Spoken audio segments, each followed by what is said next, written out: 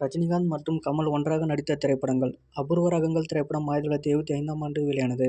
இளமை ஊஞ்சலாடுகிறது திரைப்படம் 1978ஆம் ஆண்டு வெளியானது. தப்பு தாளங்கள் திரைப்படம் 1978ஆம் ஆண்டு வெளியானது. அவள் அப்படித்தான் திரைப்படம் 1978ஆம் ஆண்டு வெளியானது. புலியாட்டம் திரைப்படம் 1977ஆம் ஆண்டு வெளியானது. மூன்று முடிச்சு திரைப்படம் 1976ஆம் ஆண்டு வெளியானது. 16 வயதினிலே திரைப்படம் 1977ஆம் ஆண்டு வெளியானது. அவர்கள் திரைப்படம் 1977ஆம் ஆண்டு வெளியானது.